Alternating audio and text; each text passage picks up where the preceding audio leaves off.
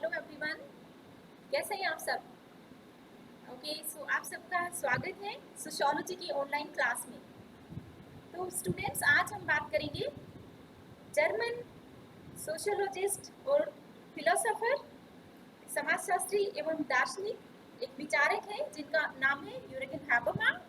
हिंदी में आप उनको जर्गन हैबरमास भी लिखा हुआ मिलता है, क्योंकि जर्मन भाषा का नाम है, तो ठीक है, आप इस तरह से भी बोले तो जो यूरिगन हैबरमास है, इनको हम क्रिटिकल थिंकर भी कहते हैं। इन्होंने क्रिटिकल थ्योरी में बहुत योगदान दिया। तो जैसा मैं आपको थिंकर्स पढ़ाती हूँ तो आपको बताती हूँ कि जितने भी सोशियोलॉजिकल थिंकर हैं या सोशल थिंकर्स हैं, उनके जो विचार हैं वो उनके समय के समकालीन सामाजिक, आर्थिक, राजनीतिक परिस्थितियां हैं, उन्हीं से तो बनते हैं। एक व्यक्ति के विचार किससे बनते हैं? उसके पर्यावरण से। अब वो पर्यावरण चाहे उसका परिवार हो, चाहे स्कूल कॉलेज हो, या फिर उस समय के समाज में उपस्थित परिस्थितियां हो, सामाजिक आर्थिक। तो देखिए, जो हैबरमास है, इनका जन्म 18 जून 1920 को जर्मनी के राइन प्रांत में एक मध्यम वर्गीय परिवार में हुआ था। अब मेरा ये जो मैं आपको इंट्रोडक्शन दे रही हूँ, इसका मतलब है कि आप उन परिस्थितियों को समझिए जबकि हैबरमास का जन्म हुआ था। हम देखते हैं 1929 में। तो 1929 में कौन सी महत्वपूर्ण घटनाएं थी ऐतिहासिक, है ना? मैं महत्वपूर्ण घटनाओं की बात कर रही हूँ इतिहास की दृष्टि से। तो आप देखते हैं कि विश्व युद्ध का समय था, वर्ल्ड वॉर का समय था। इस समय औद्योगिक क्रांति भी हो रही थी और इंपीरियल शासन का, मतलब औपनिवेशिक शासन का भी दौर था। तो एक वैज्ञानिक एरा भी थी, आधुनिकता आ रही थी और आधुनिकता के साथ साथ पूंजीवाद बढ़ रहा था। ये हमने बात की थी पहले भी। तो पूंजीवादी व्यवस्था में राजनीतिक व्यवस्था भी बदल रही थी। प्रारंभ में राज्य कैसा था?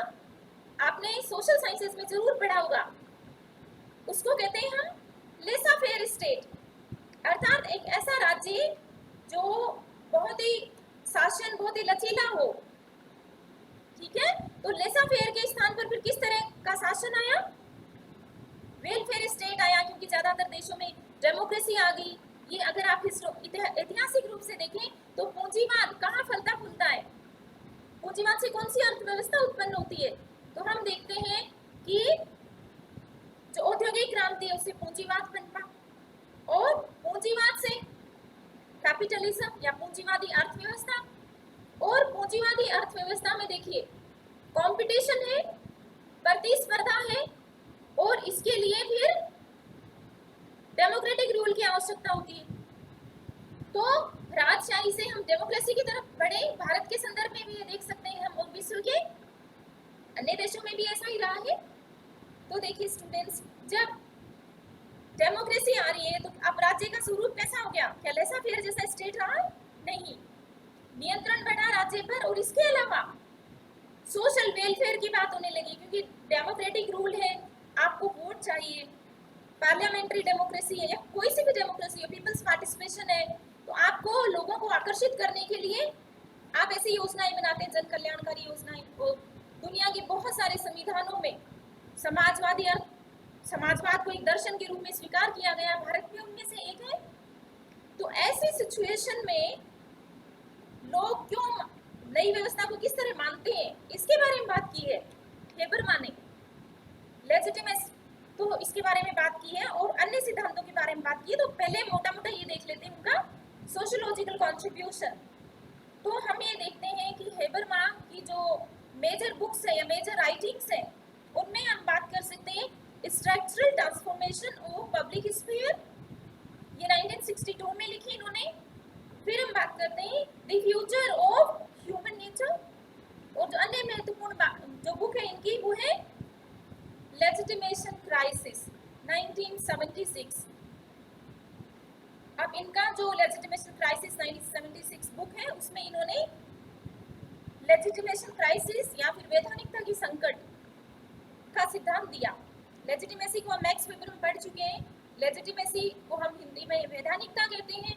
और लेजिटिमेशन क्या है, लेजिटिमेसी क्या है, मैंने आपको एक्सप्लेन किया था कि जब भी जो पावर है या शक्ति है उसको वेदता प्राप्त हो जाती है ना। वेदता प्राप्त करने का तरीका उसको हम कहते हैं कि लेजिटिमेट है।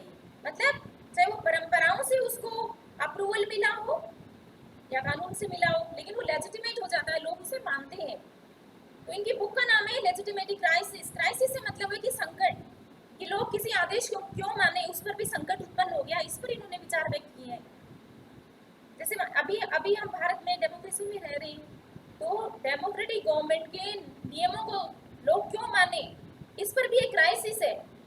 इस क्राइसिस को आप उदाहरणों से समझ सकते हो। अपने यहाँ आंदोलन होते, सरकार के खिलाफ आंदोलन होते, अन्ना हजारे का मूवमेंट आपको याद है, या फिर दिल्ली में आम आदमी पार्टी जो उपस्थित व्यवस्था थी उसकी उन्होंने कितना क्रिटिकल कितनी रही, वो उसका कितना क्रिटिसाइज किया। इसी प्रकार से आप नक्सलाइट मूवमेंट को देख सकते हो, है ना, कि सरकार की जो लेजिटिमेसी है उसको कैसे चुनौती दे रहे हैं, राज्य की लेजिटिमेसी को लोग किस प्रकार से चुनौती दे रहे हैं, मान नहीं रहे वैधानिकता को। इस पर इन्होंने बहुत अपने विचार व्यक्त किए हैं। दूसरा, इन्होंने पब्लिक स्फेयर की बात की है ना। मैंने ये साइड में आपके लिए लिखा है ना। पहला हमने बात की, अच्छा पहला तो कम्युनिकेटिव एक्शन है, इसकी बात करेंगे। दूसरा पब्लिक स्फेयर, आप किसी भी क्रम में इसको पढ़ सकते हो। पब्लिक स्फेयर से उनका मतलब ये है कि जो पब्लिक है, आम जनता, वो जहाँ पर चर्चा करती है, समाज में महत्वपूर्ण घटनाओं के बारे में विचार विमर्श करती है, उसको उन्होंने पब्लिक स्फेयर कहा है। जैसे यूरोप के हैं, ये जर्मनी के हैं, तो यूरोप में देखिए जो कॉफी शॉप्स हैं, कैफे हैं, रेस्टोरेंट हैं, उनमें लोग सरकारी नीतियों के बारे में क्या विचार रखते हैं, जो अर्थव्यवस्था में घटित हो रहा है उसके लिए लोग डिस्कस करते हैं। मतलब सिटीजन्स, कैसे सिटीजन्स, प्रबुद्ध नागरिक, कि वो क्या चर्चाएं करते हैं और उन चर्चाओं का क्या प्रभाव पड़ता है, इसकी बात इन्होंने पब्लिक स्फीयर में की कि पब्लिक का ओपिनियन क्या है, पब्लिक क्या चाहती है, कैसे मूल्यांकन करती है सरकार के कार्यों का, इसके लिए इन्होंने पब्लिक स्फीयर की बात की है।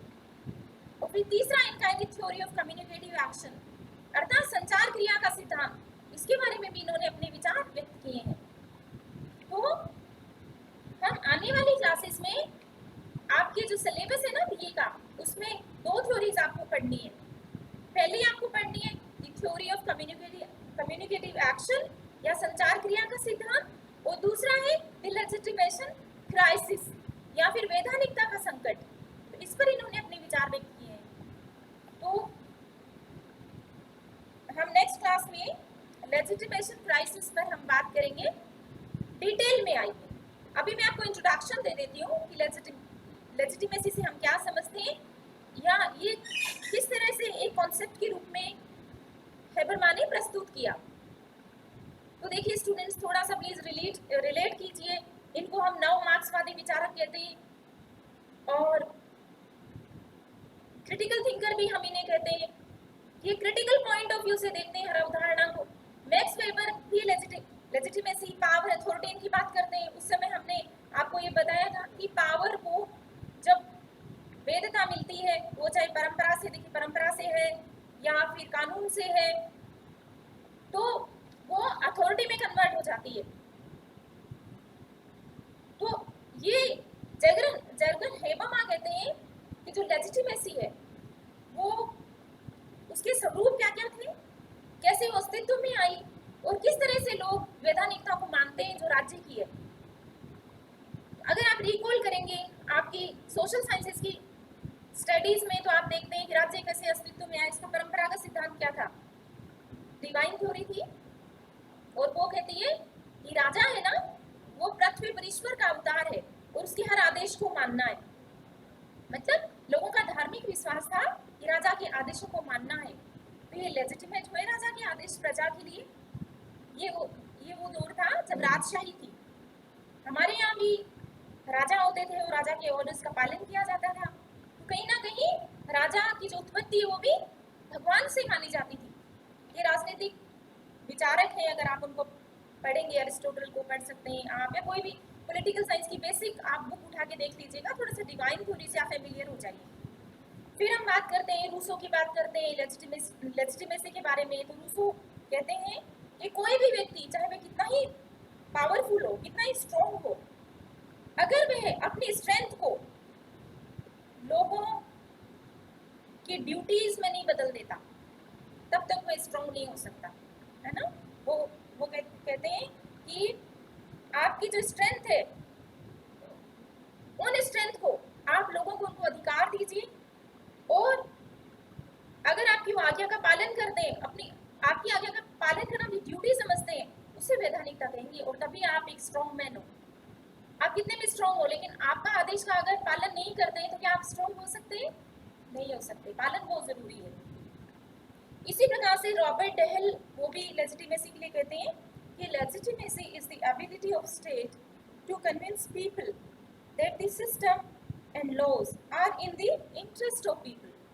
रॉबर्ट डेहल एक राजनीतिक विचारक हैं, और रॉबर्ट डेहल ने राजनीति विज्ञान में व्यवहारवाद की अवधारणा भी दी, सिस्टम्स अप्रोच में भी इनके विचार हैं। तो वो ये कहते हैं, एक बार थोड़ा चेक कर लीजिएगा, तो वो ये कहते हैं कि वैधानिकता राज्य की वह क्षमता है जिसके अंतर्गत राज्य लोगों को ये समझाता है कि जो राज्य है उसकी व्यवस्था है वह लोगों के हित में, अर्थात राज्य किसके लिए काम कर रहा है?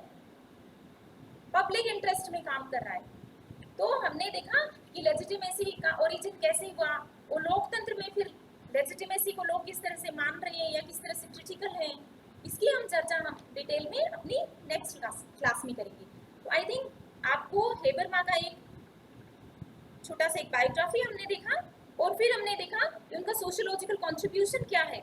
हमने उनके मेजर वर्क्स देखे, मतलब राइटिंग्स देखी या पुस्तकें देखी, और उनके प्रमुख सिद्धांतों का हमने परिचय प्राप्त किया।